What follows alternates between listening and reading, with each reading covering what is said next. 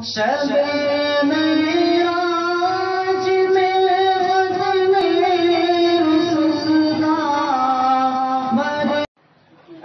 علیکم ورحمۃ اللہ وبرکاتہ.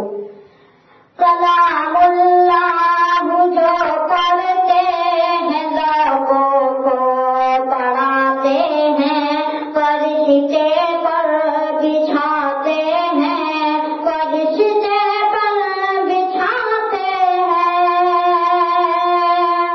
اسی قرآن نے خالد کو سیف اللہ بنایا تھا، اسی قرآن نے حبشی کی عظمت کو بنایا تھا. بہت بہتر ہے جو قرآن پڑھتے ہیں پڑھاتے ہیں، فرشتے